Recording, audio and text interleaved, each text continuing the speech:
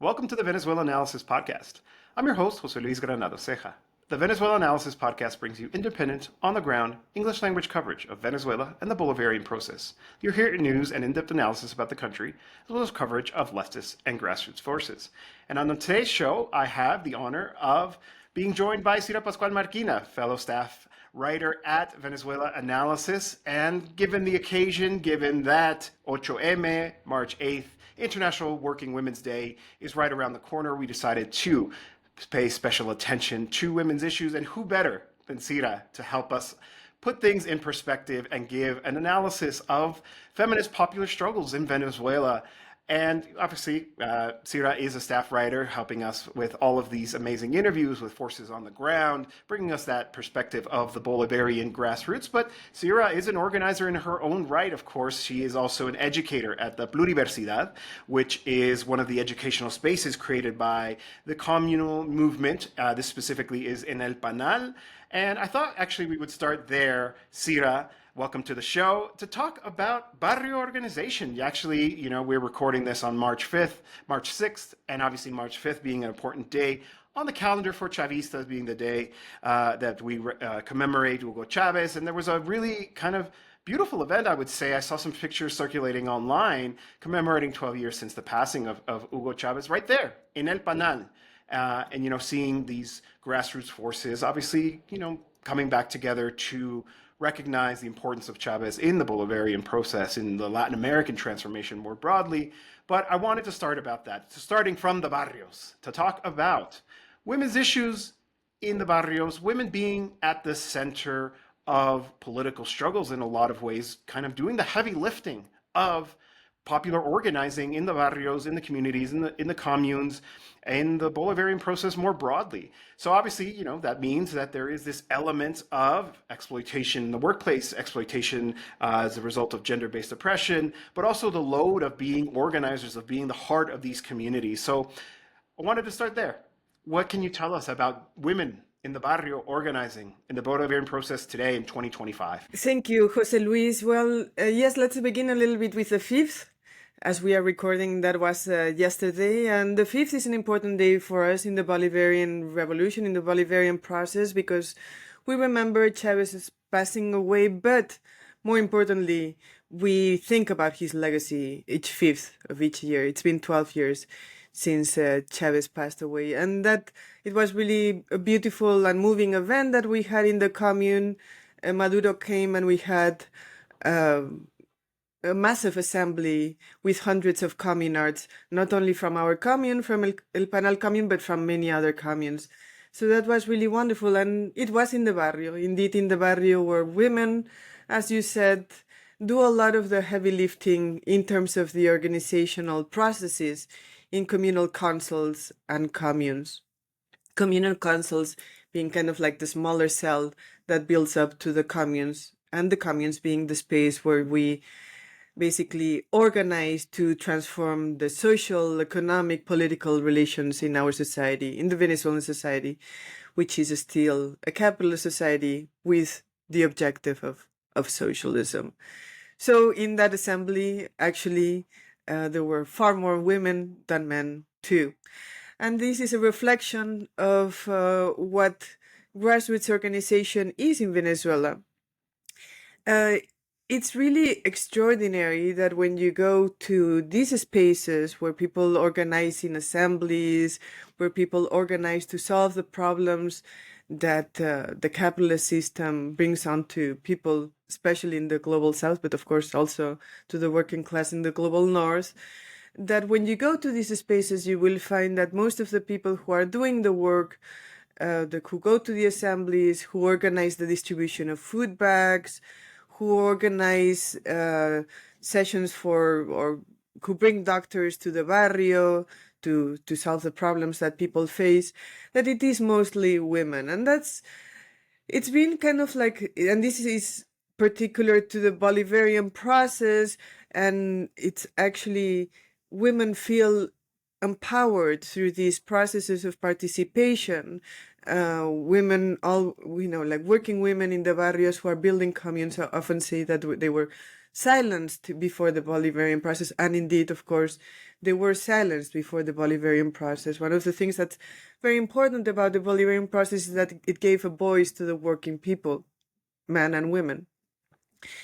So when the women who are doing the work in the communities, in the barrios, this organizational work in the communities, they often do a very powerful reivindication of this process of empowering themselves, of taking charge of solving the problems in their neighborhoods, in their barrios, or in the campo, wherever they may be.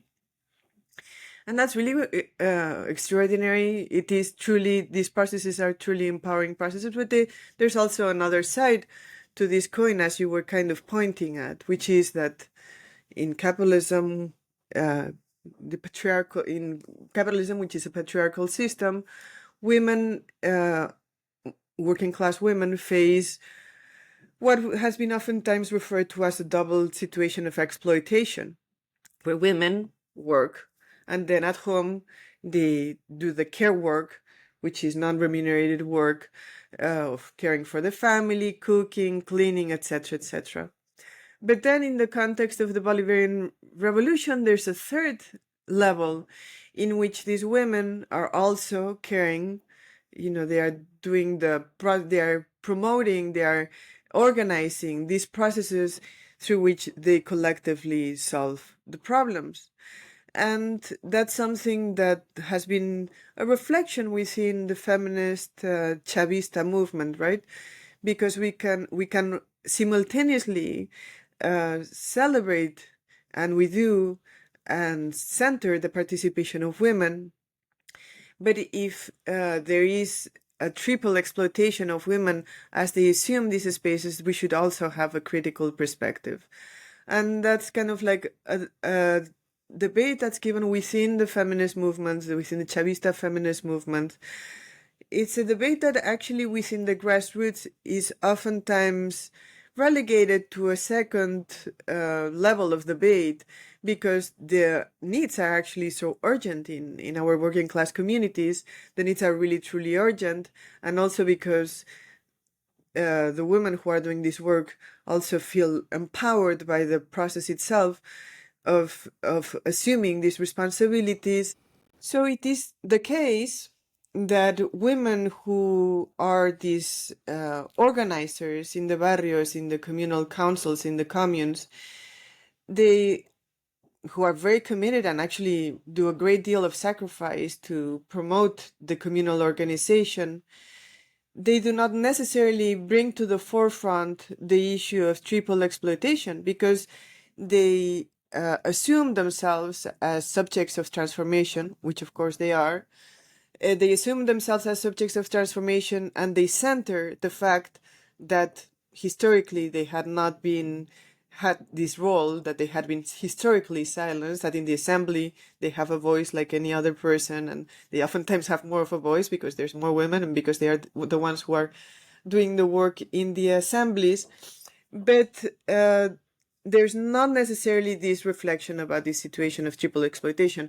So this situation of triple exploitation is mostly debated among feminists who, let's say, committed feminists in the feminist movement, per se. In our organization, in El Panal Commune, we actually have a brigade, a feminist brigade, that actually just got started about a year ago. It's a feminist organization that's made up, of course, of women, of communards, of women in our barrio we are going collectively through educational formation processes about patriarchy, the patriarcado, and the different mechanisms of exploitation in capitalism, how the different forms of oppression in capitalism kind of like overlap onto each other and reinforce each other. So there is that exercise. But it is true that there is still a ways to go in terms of the internal debate, in terms of the situation of triple exploitation. And frankly, it is also a debate for us, about how to solve it. It is true that men in the barrios have to incorporate themselves to these tasks of care. And there are plenty of men who do as well. But the collective reflection is still a pending task among our movement. There are some So there are some advances. As I said, we have this brigade in our commune, and I know that in other communes they have not necessarily feminist brigades, but there's some oftentimes women's organizations that don't necessarily identify as feminists, but that are for sure dealing with some of the same issues. So that's a little bit the state of affairs. Chavez called himself a feminist, but Chavez did not have a fully developed feminist theory. He mostly kind of like went back to this reivindication of women having a voice in the Bolivarian process, and that in terms meaning that there might be an overcoming of the patriarchal situations that exist within our society.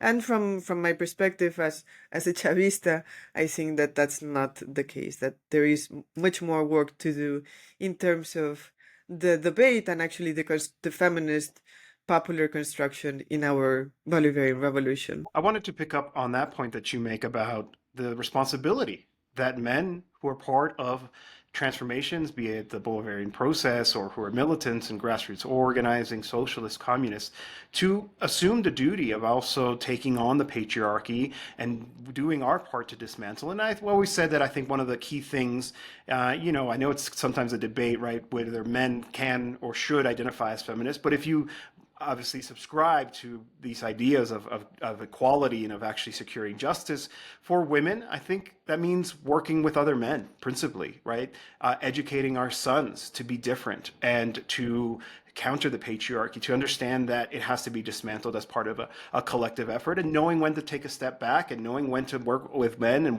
knowing when to be there as an ally to women.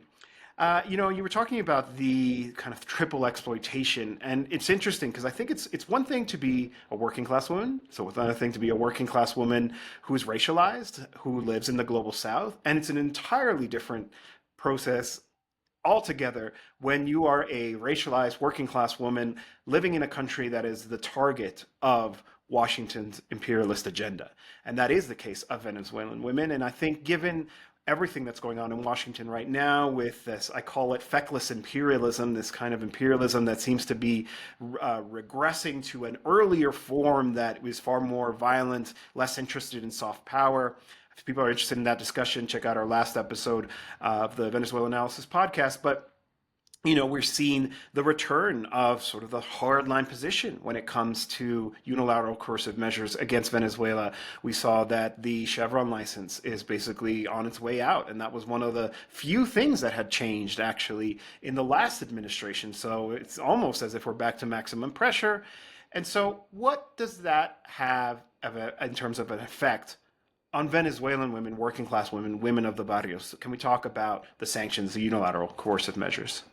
Yes, well, it is no secret that the brunt of the crisis here in Venezuela and everywhere is taken on by women.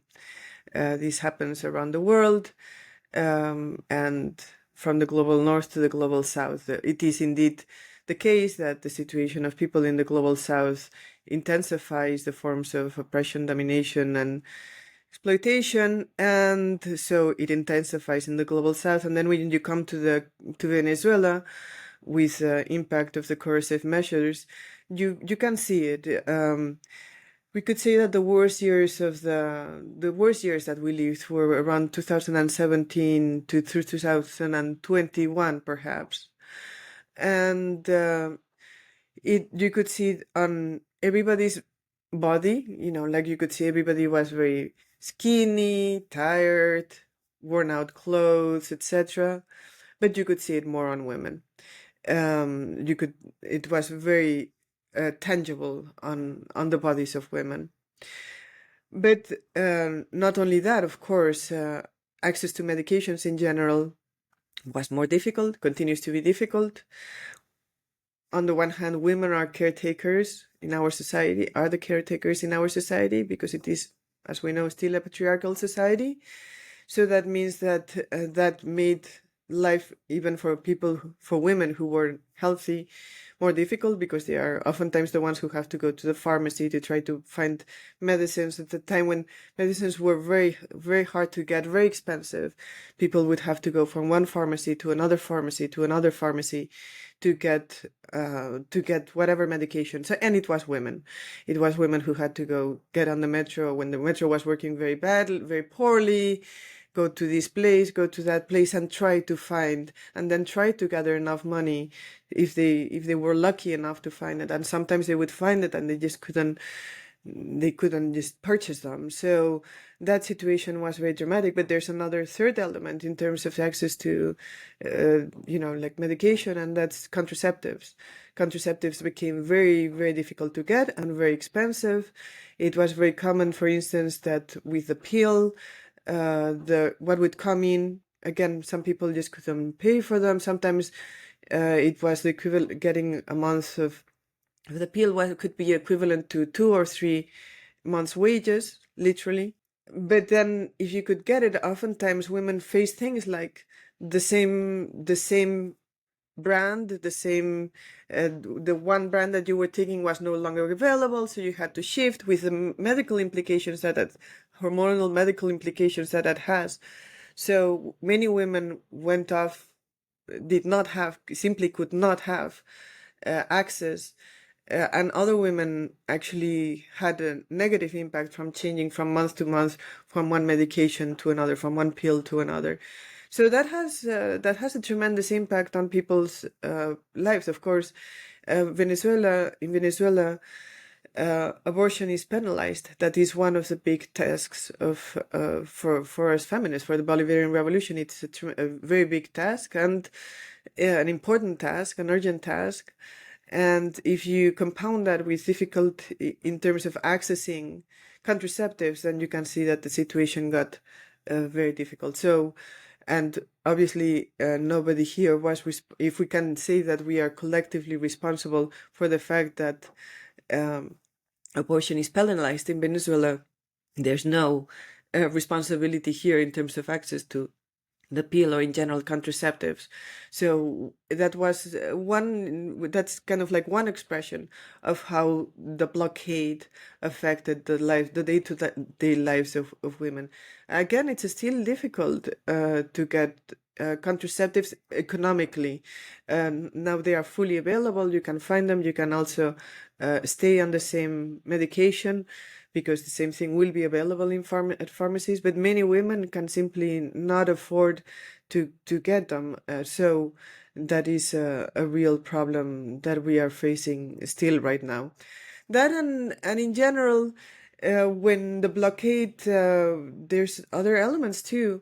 When the blockade got really difficult, and especially around the time of the pandemic, when schools also closed and people had to retreat to their homes.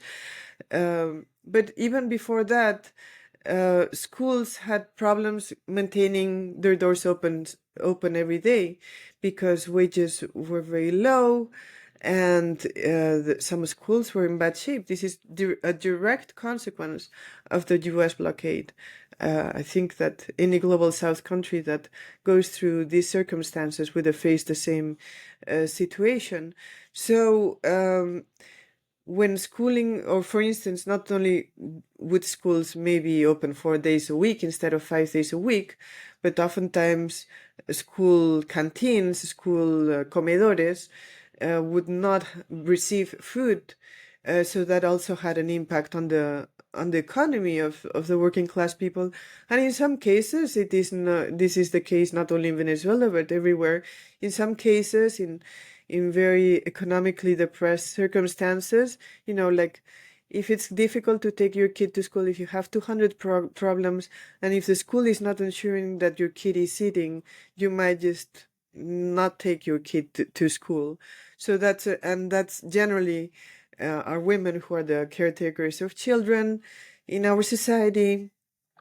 So that also has an impact on the daily life of women. So those would be some of the elements, some of the specific problems that women face during the worst of the crisis, and to a certain degree, we still face it right now. Yeah, and of course, it's the public sector that has been most heavily impacted when it comes to wages. I know that there's been an ongoing struggle to have that recognized and to see if there something can be done to improve the wages. And women are often overrepresented in terms of demographics in the public sector. And so again, you can see how they're carrying that load.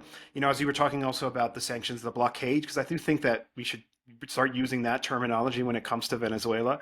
I think about these sanctions that they're trying to implement against anybody who participates in the Cuban doctors program. And with Venezuela being mentioned specifically in that communique from, the Secretary of State saying that this is, absurd claims, right? This narrative that they have that it's related to human trafficking, but it's obviously part of this campaign. I mean, it's one thing to kind of do what they're doing, trying to starve the country of resources, right? To make it so that the state isn't capable or can't afford to import medicines to be able to distribute them into working class people.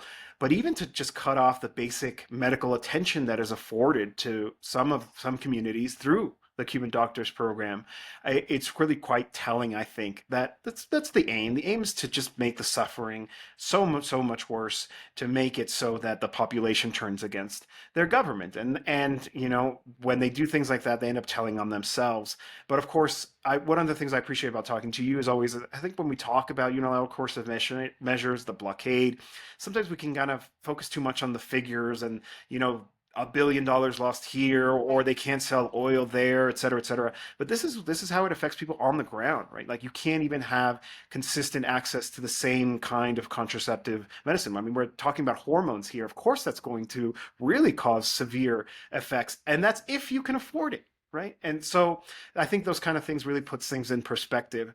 And so maybe we could have a conversation as well about, and to put things in perspective, about the response. We said at the beginning of the show that this is about the 8M, right? International Working Women's Day, talking about popular feminism, feminismo popular. And one of the things I also really appreciate about organizations like the Unión Comunera, they put the feminist struggle front and center, women's issues front and center, in a way that I think also, calls on us as activists, as organizers, as communists, to also put it front and center as well. So can you talk to us about women in communal organization? Unión Comunera is one example, but I know that the struggle of women to put gender-based oppression front and center is part of organizing in almost all of these spaces, this feminismo popular.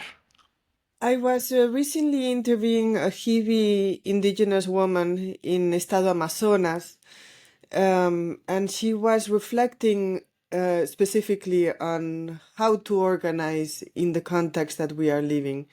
She's a feminist, and she works in her commune in terms of safeguarding other women in relation to gender-based violence. And this is actually something that I should have mentioned before, because when economic crisis increase, when the economic crisis goes in, always gender-based violence grows and femicides grow as well.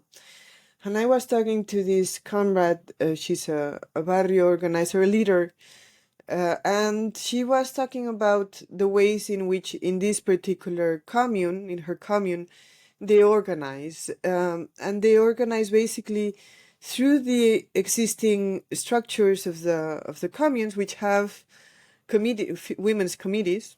Communes have always a number of committees, about 12 or 13 committees that you will find in every commune, and then each commune can decide to organize themselves according to other issues. So there's committees, women's committees, economic committees, sports committees, healthcare committees, etc., etc. And this comrade was talking about this, how they organize in her community, which has been a very economically harmed community by the blockade, because they started to identify precisely how the situation of gender-based violence growing very rapidly around 2018, 2019, 2020, 2021. And so what they did is they organized around the Women's Committee, but they also started to organize with state institutions. And they began to, in a way inspired by Cuba's CDRs, los Comités en Defensa de la Revolución, which did very close, we could say, tracking of the situation in every household. They began to do a situation of collective tracking of household situations to identify where there might be signs of gender-based violence, because gender-based violence doesn't always speak, it's not always evident. And they've had a very successful process of organization and also of education, collective education through it. So this would be one instance in which, beginning with a specific and very tangible problem that they had in this community, where there had been women who had had to leave the community, they had had attempts at femicide and one femicide. This kind of like led them to organize, in this case, directly through the committee. And they've been actually very successful. They've also been able to link themselves with other feminist organizations, Chavista feminist organizations, that were not directly linked to a communal organization, but that have become linked since. So that would be one example of organization where these women, in this case, they identify, this person identifies as a feminist, but most of the women who are working on this, in this space, in this commune, don't necessarily identify themselves as feminists, but they are working for the collective cause of feminism and of socialism and feminism, which of course have to go hand in hand. And so that would be one case. There's also in the Common Art Union, there is an effort to make a space for women to organize, to debate around the issues of patriarchy and how it reproduces itself, because it reproduces, this is something we have to acknowledge. Of course, communes are not born without problems. Communes inherit some of the cultural baggage that our society has, and our society being capitalist, so communes inherit patriarchal logics oftentimes, and authoritarian logics that go counter to the logic of communes, because communes are democratic, grassroots democracy, direct participative democracy is what should characterize, and what in general characterizes communes. But there are there's unquestionably elements that are very present of patriarchal oppression and domination in communes. So, and in communes in organizations that group several communes, such as the Common Art Union or my own organization. So there is these comrades are doing this very good work. They identify the struggle as communal feminism. I prefer to talk about popular feminism or people's feminism, because there is a people's feminism, there is a women's people's popular feminism that brings many women from around the world together. It's already a movement that brings us women of the working class together. And we won't find communes in most countries. I mean, mostly we will find communes in the way that we think them here in Venezuela. And I think that our struggle is not only local, it's a national and it's an international struggle when we fight for social justice and for an anti-patriarchal society. So I think that the horizon of struggling together with the name of popular feminism may work better, but in the end we are not going to get caught up in what we call it. We are all in the same camp, and we are all struggling from the spaces where we work, from the spaces where we organize, from the spaces where we build a new world. We have to struggle to undo all the forms of oppression and domination that exist. Popular feminism basically comes out of in other contexts, people will call it working class feminism. It basically comes out of a recognition that there's a tendency that's been very dominant around the world of liberal feminism that identifies the struggles and does not identifies generally the struggle, but does not identify class oppression as being very strongly linked with machista oppression and domination, and focus on, like breaking the glass ceiling, for instance. I mean, of course, like to have more CEOs, women CEOs, does not solve the problem. Just like having a black president in the US, which is a tremendously racist country, does not solve the problem of racism in the United States. So popular feminism comes out of this realization. Of course, there's always been feminist movements that were linked to communism and that were very clear on the situation. And these movements are the kinds of movements, the communist movements, are the ones who identify the situation of double oppression of women and so on. But with popular feminism is a movement that brings women of the working class from around the world looking at the multiple forms of oppression, but from a working class perspective, like not from a space of privilege. Generally, popular feminism identifies itself very much with the causes of the global south, the oppressed people of the global south. So it is a movement that identifies the multiple causes of oppression and domination, and also looks for multiple ways of a struggle against these forms of oppression and domination. And in Venezuela, there's, I would say that perhaps most feminists, certainly within the Chavista movement, and because of course there are people who identify themselves as feminists in the opposition, but when I speak, I always speak from the space of Chavismo. So within our movement, I would say that most women identify with popular feminism, and it also helps us connect with the international struggle. There's a Women's March, which works on the basis of popular feminism, so that helps feminist activists in Venezuela connect with the international struggle, which is very important for us. Again, like I was saying it just before, but I think it's important to understand that all our struggles cannot stay put to one country or to one barrio, but our struggles have to be internationalized, not only because we can learn from each other's practices, not only because we face the same forms of oppression, but actually that is the important thing, like the crisis expresses itself in very similar ways in different places. It intensifies. It's more, like the forms of oppression and domination that women live in Venezuela is more intense even than the forms of oppression and domination that are lived in other countries of the global south, because we are living in their blockade. But they are similar, just intensified. And the same with the working class of the global north. They also face the violence, the patriarchal violence.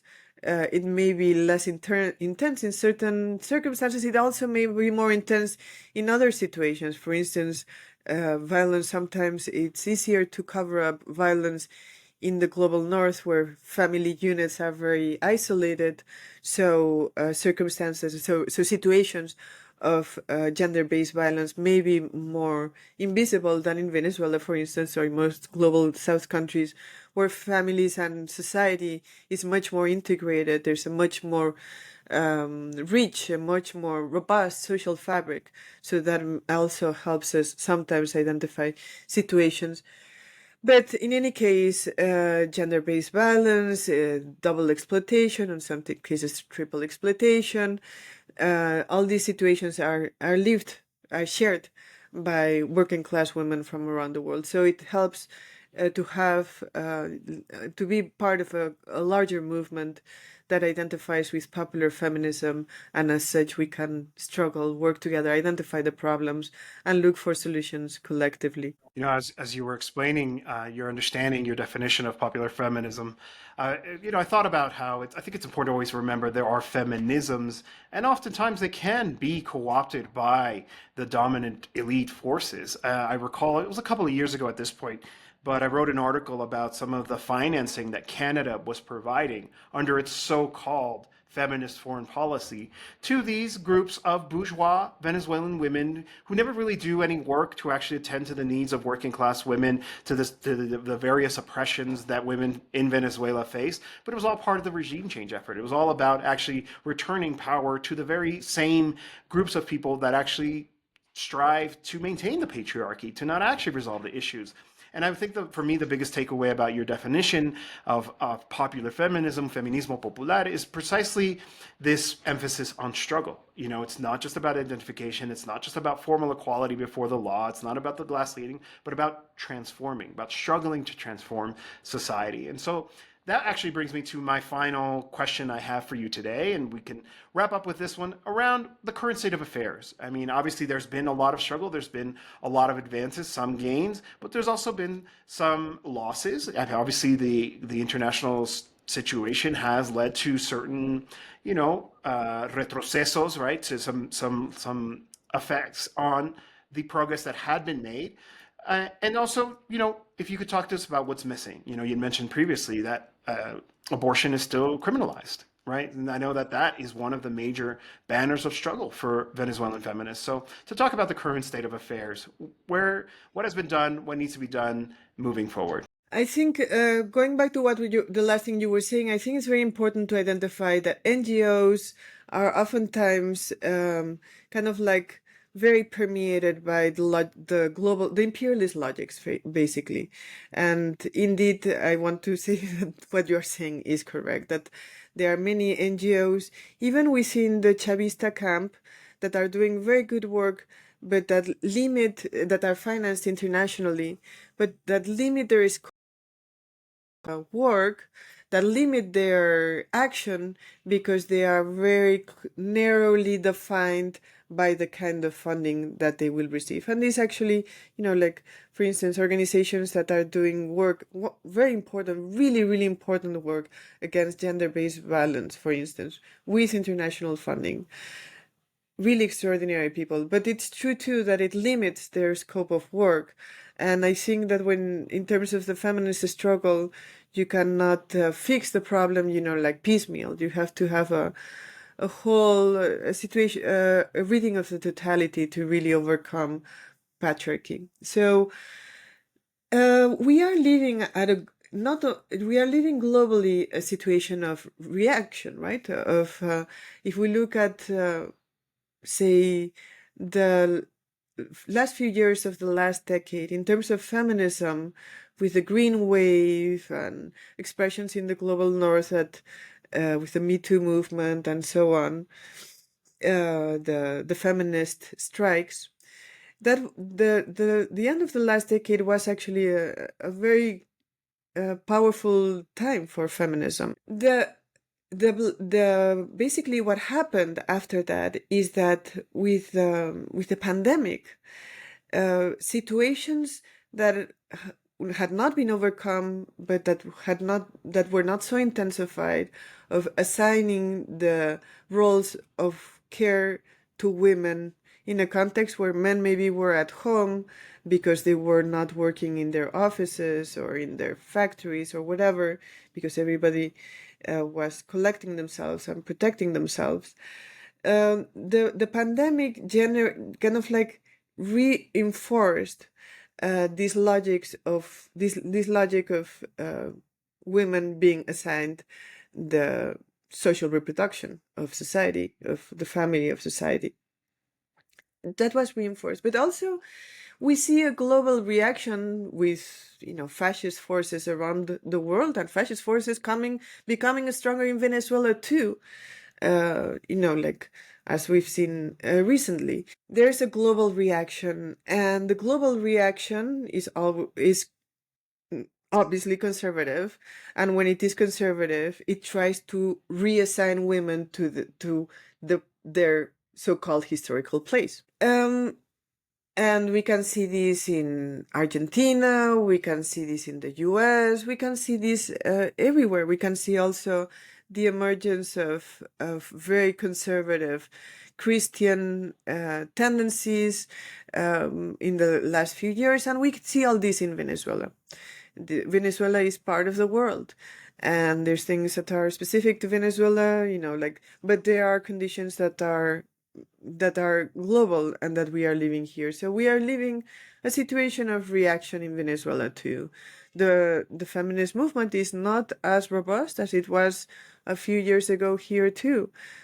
Some of it has become very focused on this NGO work, and others are, there are many situations that people have to address where people are demobilized. So in this situation of reaction is not external. Even I would not say that there's reaction per se within the Bolivarian process, but there are certain conservative tendencies that emerge within the Bolivarian process among certain sectors, and even conservative discourses in terms of the family, of the patriarchal heteronormative family, are becoming more present in our process. So Chavez would never make a reivindication of the family per se. He loved his family, he talked about his family, but there wasn't the centering of the patriarchal heteronormative family in the discourse. And we do see that happening in the Bolivarian process of recent years. And as I say, it's not exclusive to Venezuela. We can see this happening everywhere. It's an expression of the crisis. Of course, just because it's an expression of the crisis, that doesn't mean that we don't have to fight against it. We do have to fight against it. We have to fight against it with more force, and our organizations have to become more robust, and we have to build links amongst the different organizations, feminist and grassroots organizations that have a commitment to collective emancipation. So yes, we are living some of the same situations of reaction in a much lighter way, but than say in Argentina, but in conditions of crisis that are much more intense. And that's something that we have to reflect about, and that we have to work collectively to struggle. I actually believe that the Bolivarian process is tremendously capable of correcting its mistakes.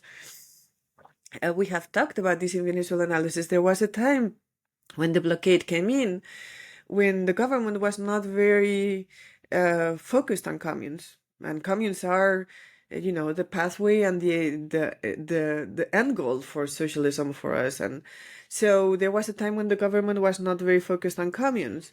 But the communes were there. Communes were struggling. Communes were making themselves heard. The results of communal organization were evident, and the government, like the Maduro and his government, made a correction and are focused more right now on the communes, and actually are really promoting communal organization, as we saw in this March 5th assembly that we had in El Panal commune. Yesterday, as we speak, Maduro didn't choose to go to, I don't know, he didn't choose to go to a park, he didn't choose to speak from Miraflores, he didn't choose to go to the National Assembly, he didn't choose to go to 1,000 places where he could have chosen to go. He chose to go to a commune. And that is, it's really wonderful. It's really, and it is for us an evidence that the government is looking at us, and at the communal movement, and is taking us into consideration. So I do believe that the government has this capacity to correct, and if there are which there are from my perspective, some conservative tendencies within the government in terms of gender issues and feminism, I believe too that if we organize, but we have to organize and we have to make ourselves heard, if we organize, there will be a correction there too. Pending task, yes, of course. Not only this issue, not only this problem that we are facing currently of conservative tendencies within the government, but we have to struggle for the legalization of abortion. And it is harder to struggle for the legalization of abortion when there are certain conservative tendencies that are emerging strong. And these conservative tendencies are not only within the government. I have to highlight these conservative tendencies. There are reactionary tendencies, fascist tendencies in Venezuela, but there are also conservative tendencies within the Bolivarian process, and we have to struggle against both. against both, but the different expressions of patriarchal oppression that exist in our context. But we have to do it from within. We have to do it with the grassroots movement, which is Chavista and is committed as we are to maintaining this government, which is allowing us to, like build a different society, a society that must be communal, that must be feminist, that must also be environmentally sound, that must be well with nature, that must be, of course, anti-colonial, anti-imperialist, etc., etc. So that is the society that we dream of. That's the society that we are working hard to build, and we have to do, like we have to work hard to come together and to advance our collective objectives. Wholeheartedly agree. We started this talking about that event at El Panal in the commune. I think there's always a struggle in terms of actually shaping the legacy of somebody like former President Hugo Chavez. And there's a lot of conservative forces who try to claim that they are the ones who are inheriting his legacy. So it's not a small thing that on the day that we do commemorate Chavez, that we remember everything he was responsible for, about the place that he occupied in history, about the important decisions that he took as leader of actually channeling all of that discontent, all of that energy. He was the right person at the right time. When we think about his legacy on that day, to do it from that place, I think is really important. I know here at Venezuela Analysis, we've done extensive analysis of what is basically his testament, right? The Comuna o Nada, the strike at the helm speech as well. We have a podcast about that. Feel free to check that out, where we talk about that's the legacy. And I think you're right. I think it is a sign of that correction, and always having that faith that struggle can produce different outcomes. That's the most encouraging thing. I feel like that's my takeaway from this conversation with you today, Cira. Thank you so much for joining us. Of course, you can find all of Cira's work on the Venezuela Analysis website, venezuelaanalysis.com. You can click on the analysis tab and interviews, and you'll find everything there. Really great work, because I think it's really important that you're always bringing us the voice of people on the ground, right? It's one thing to report about the international scene like I do here from Mexico, but you giving us that voice, I think, is an indispensable part of the work that we do at Venezuela Analysis. And we thank you for joining us, Cira, and thank you who is watching and listening to us now, so that we can continue to bring you this information. Cira, any last words to say goodbye to our viewers and listeners?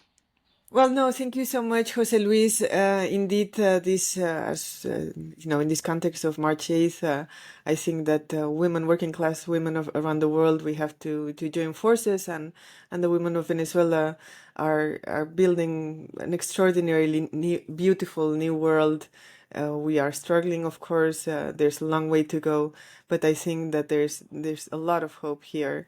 And there's also a lot to learn from the people who are building, from the women who are building communes in Venezuela. So yes, I, like José Luis, I encourage you to read the work. I mean, my work, basically, one thing that's important about the Bolivarian Revolution is that it brought the voice back to the people.